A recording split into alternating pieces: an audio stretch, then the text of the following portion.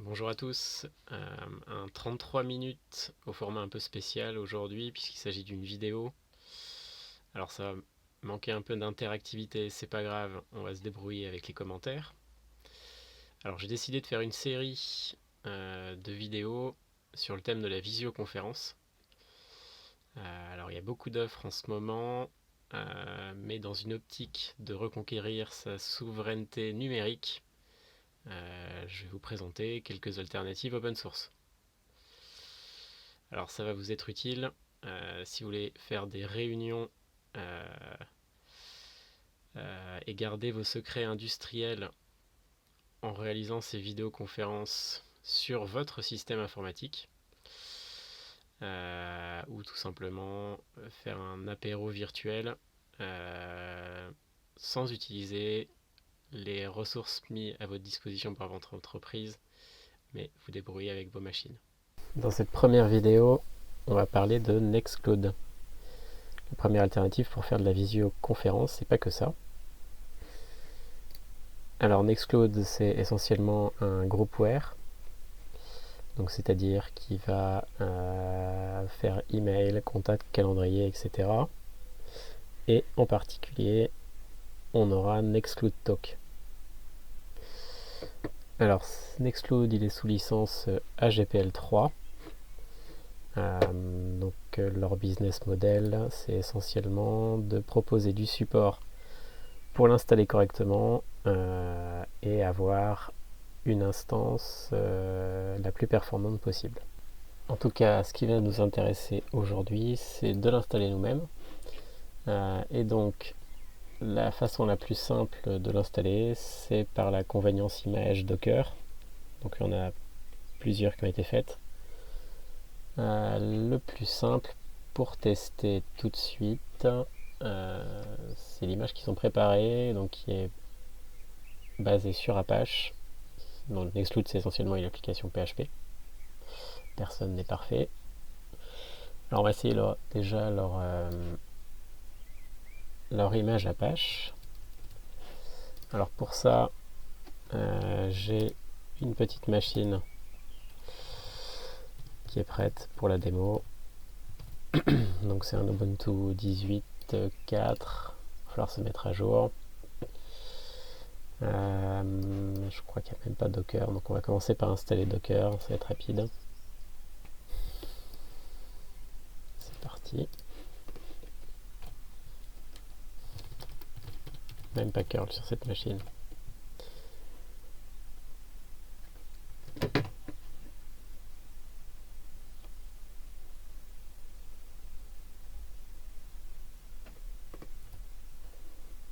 Voilà.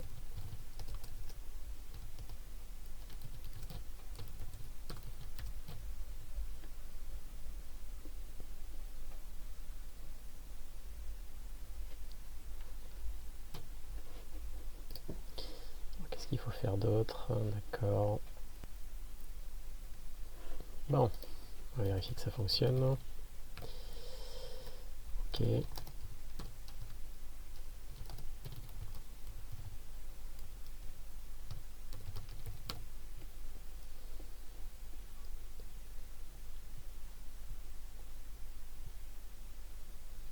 Ok. Tout va bien du côté de Docker, donc reprenons. On va essayer de lancer un container.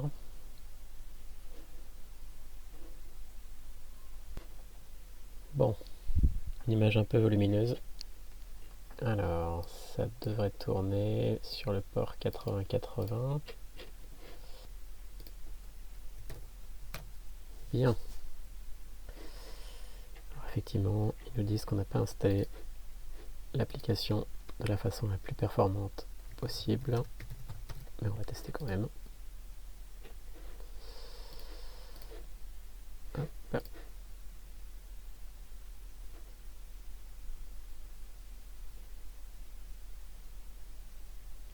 Bon, alors ça fonctionne très bien. Mais maintenant, on va essayer de sécuriser ça en HTTPS. Alors pour ça, on va retourner dans la documentation où il est suggéré d'utiliser un proxy Nginx.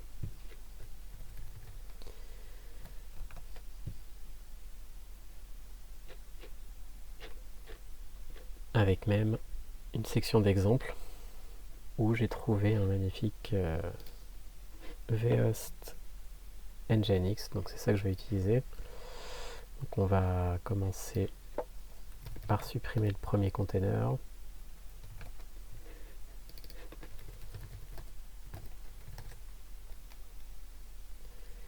On va installer Nginx.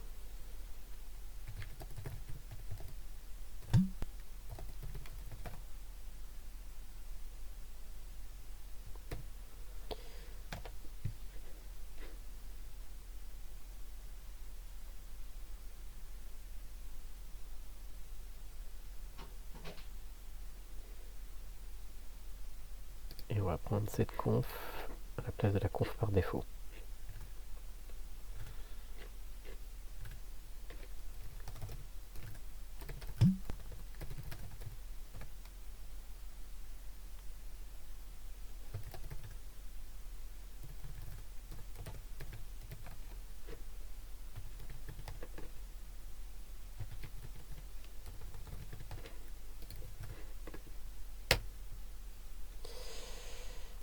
Voilà.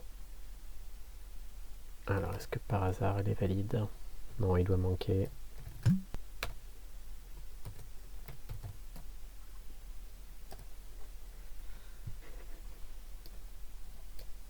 Hop. Ok, ça sera localhost. Je vais ajouter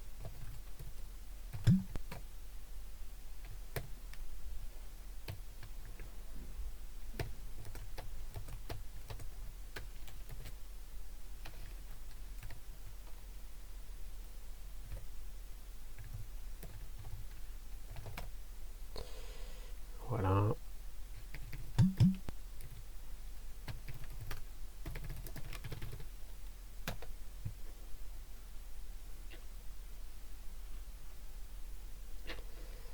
Ensuite, on va démarrer le container approprié.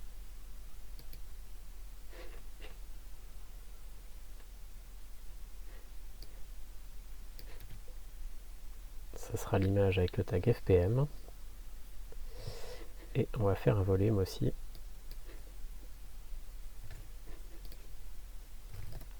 On va essayer de le placer au bon endroit.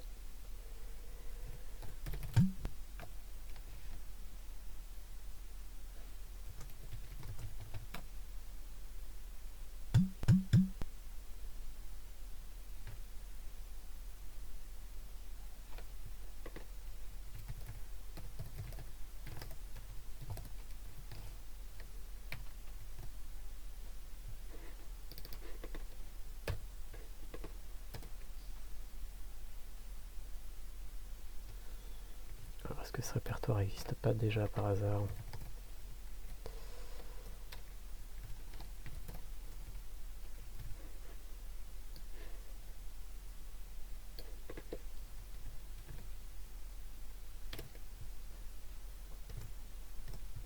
Puis, on va exposer le port de FPM. Et je pense qu'on c'est bon.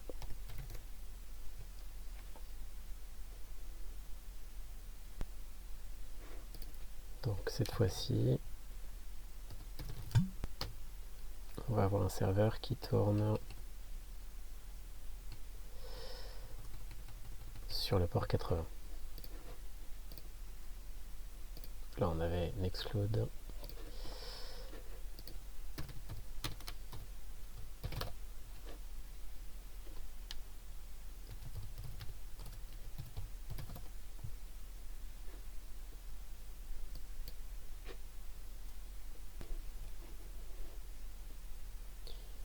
Si vous avez remarqué, on en est toujours au même endroit puisqu'on n'est pas plus sécurisé.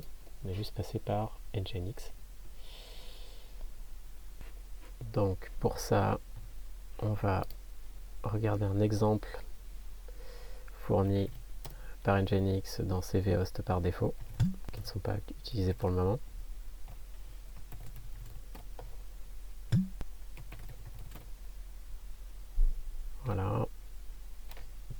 qui nous suggère un listen de 443 évidemment et include. On va prendre ça.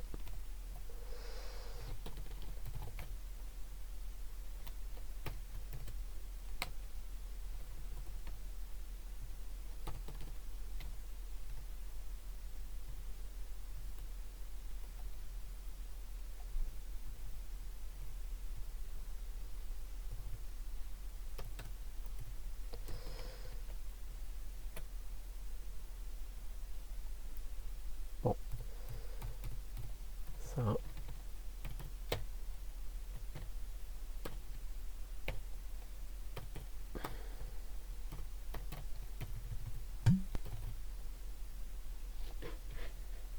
Et ensuite dans Snippet, qu'est-ce qu'on a? Des certificats auto-signés que j'ai pas, donc ça il faut installer le package SSL Cert.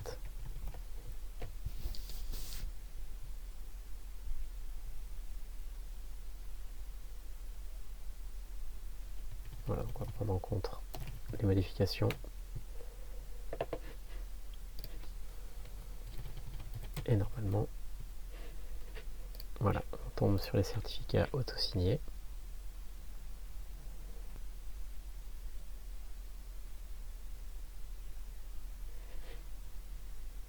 Et enfin, on est avec le protocole SSL.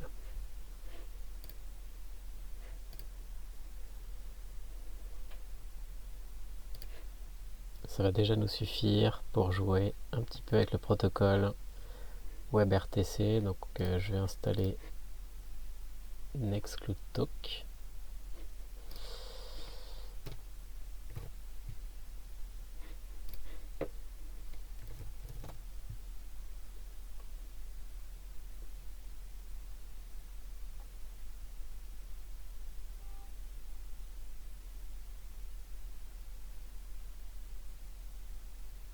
Et d'ailleurs, il y a une myriade d'autres applications qui sont très intéressantes.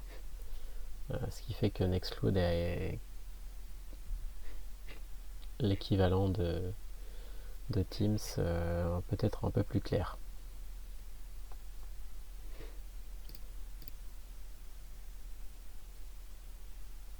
Voilà, donc on va pouvoir tester.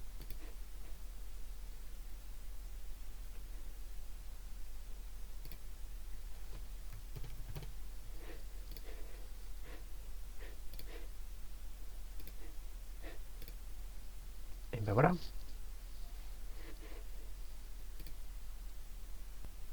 Bon, maintenant on va l'ouvrir sur l'extérieur, parce que là je suis chez moi, mais il va falloir que d'autres personnes viennent dans la conversation. Donc pour ça, j'ai ouvert l'interface d'administration de ma box et je vais ouvrir le port 443.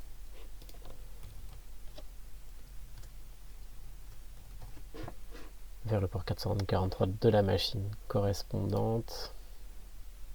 Bon, protocole, je ne me suis pas documenté, je pense que c'est TCP. Je ne sais pas s'il va communiquer, non, il ne pourra pas. Et donc la machine, c'est Nextcloud.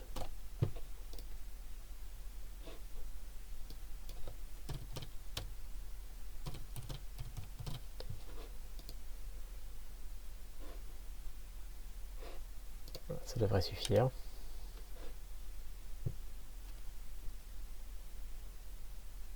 Direction de port, il faut aussi ajouter le port 80.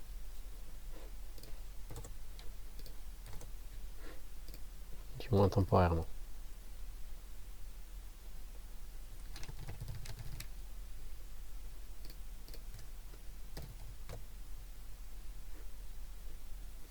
Voilà. Alors ensuite, pour avoir un joli nom de domaine, bon bah vous avez plusieurs prestataires sur internet. Il y en a des gratuits, comme celui-là qui m'a été offert. Vous pouvez en acheter chez OVH ou d'autres prestataires. Et enfin, pour éventuellement remplacer votre certificat auto-signé avec l'outil proposé par l'Electronic Frontier Foundation, le Certbot, qui permet facilement d'obtenir un certificat signé et valide. En tout cas, pour ma part, ça devrait suffire. Donc on va essayer avec ça. Et un petit détail près. Donc voilà, on a configuré Nextcloud avec juste l'URL Nextcloud, HTTP Nextcloud. Donc on va rajouter ce nom de domaine comme étant un reverse proxy autorisé. Et donc pour ça, on va reconfigurer Nextcloud. Alors on va pas éditer la conf directement, on a une commande qui est fournie qui s'appelle OCC. Pour ça, je vais récupérer le nom du container FPM. Voilà. Donc avec un docker exec, je vais pouvoir donc utiliser OCC, qui est le binaire pour reconfigurer des commandes à la Symfony sur donc la valeur de la conf dont j'ai besoin. Alors ça devrait aller mieux.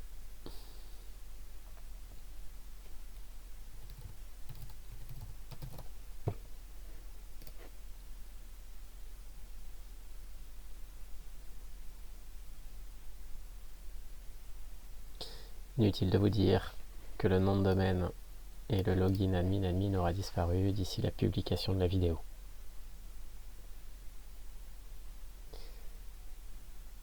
Donc voilà, j'aurais pu communiquer cette URL à mes contacts pour faire une session Nextcloud Talk. Donc, ce qui est très pratique, c'est que vous avez consacré du temps pour installer l'application et l'héberger, mais maintenant on peut simplement fournir l'URL et s'y rendre en tant que guest. Donc au niveau sécurité, on est sur un site dont les communications sont chiffrées. Encore faut-il réparer correctement le certificat.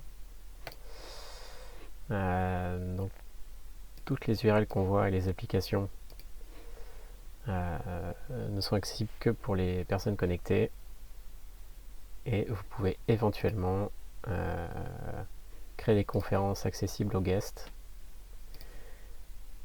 Celles-ci seront ouvertes sans compte et vous pouvez les protéger éventuellement par un mot de passe. Il y a même un concept de lobby pour faire patienter les guests. Tandis qu'au niveau perf, donc là sur cette image pas forcément optimisée, en plus on a utilisé SQLite, on n'a pas utilisé Redis, on n'a pas utilisé de serveur turn. Donc là ça va pas casser trois pattes à un canard. On va pouvoir accueillir 3 ou 4 personnes. Pour aller plus loin, vous pouvez aller voir la conférence sur la chaîne de Nextcloud qui ont participé au FOSDEM 2020 et qui présentent justement l'application Talk avec plusieurs moyens de l'optimiser. Évidemment, ils sont là pour vendre leur support et également pour tout l'aspect logiciel libre. Vous pouvez aller voir la conférence toujours du FOSDEM, cette fois-ci 2018, il me semble, 2016, plutôt 2018. Conférence du créateur de Nextcloud qui s'appelle Frank Karliczek, qui explique le modèle de Nextcloud. Bien, cet épisode est maintenant terminé. N'hésitez pas à poser des questions en commentaire et à la prochaine.